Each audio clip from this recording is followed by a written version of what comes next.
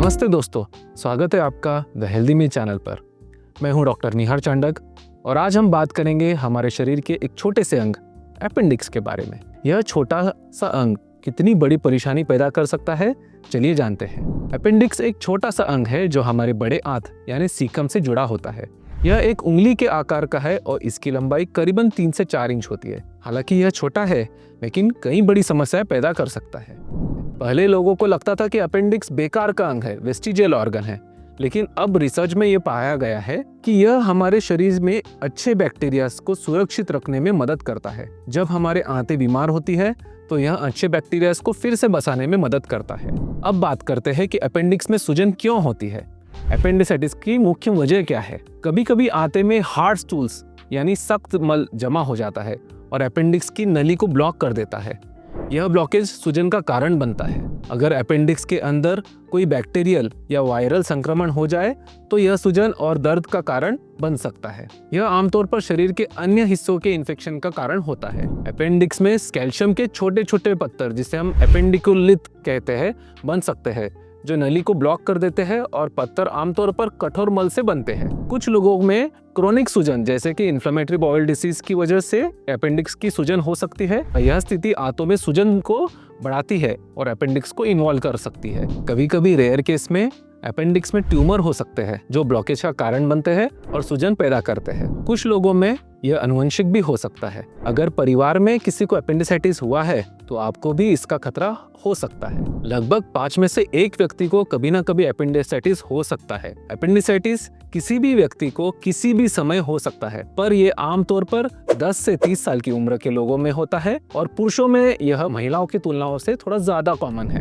Appendicitis के लक्षण पहचानना बहुत जरूरी है। इसके कुछ लक्षण है, जैसे पेट में दर्द जो पहले नाभि से के आसपास शुरू होता है और फिर राइट साइड में नीचे की तरफ होता है, भूख कम लगना, मतली या उल्टी होना, हल्का बुखार रहना जो कि बढ़ सकता है अगर अपेंडिक्स फट जाए तो। कभी कभी आंत में रुकावट के कारण गैस पास करना मुश्किल हो सकता है। अपेंडिसाइटिस को पूरी तरह से रोका नहीं जा सकता, लेकिन कुछ सावधानियों से आप इसका जोखिम कम कर सकते हैं। फाइबर से भरपूर आहार लो जिससे पाचन आसान रहेगा। पानी सफिशिएंट मात्रा में पिए ताकि मल आसानी से बाहर निकल सके।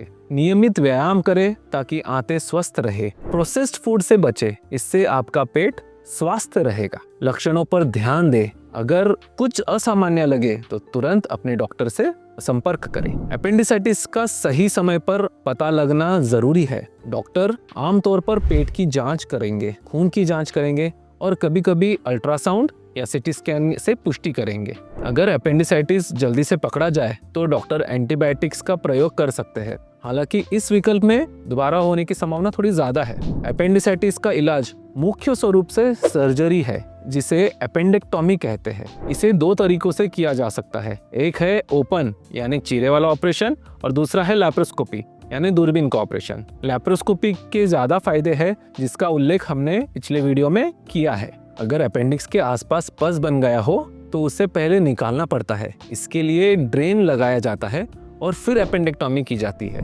अगर अपेंडिसाइटिस का इलाज नहीं किया जाए तो यह गंभीर समस्या पैदा कर सकता है, जैसे अपेंडिक्स फट सकता है।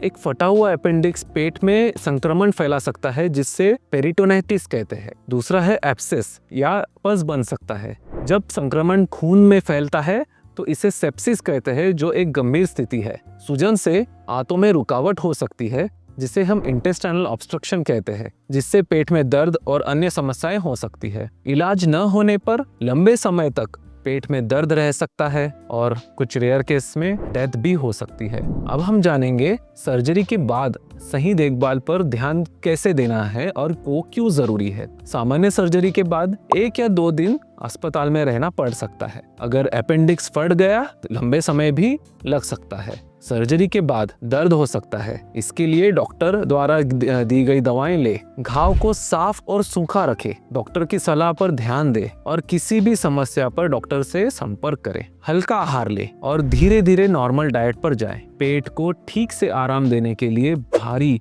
या मसालेदार खाने से बचे। भारी वजन उठाना या रिगरस एक्सरसाइज टालें। अगर घाव के आसपास रेडनेस या सूजन या किसी तरह की समस्या दिखे तो तुरंत अपने डॉक्टर से संपर्क करें। तो दोस्तों, आज हमने जाना कि अपेंडिक्स कितना छोटा होते हुए भी बड़ी समस्याएं पैदा कर सकता है। अगर आपको अपेंडिसाइटिस के लक्षण दिखे तो जल्दी से डॉक्टर से संपर्क करें। सही समय पर इलाज आपको बड़ी समस्याओं से बचा सकता है। अगर आपको हमारा वीडियो पसंद आए तो प्लीज इसे लाइक और शेयर करें और हमारे चैनल द हेल्दी मी को सब्सक्राइब करना ना भूले। ध्यान रखें, स्वस्थ रहना है तो सही जानकारी होना जरूरी है। स्वस्थ रहे, खुश रहे। Thank you.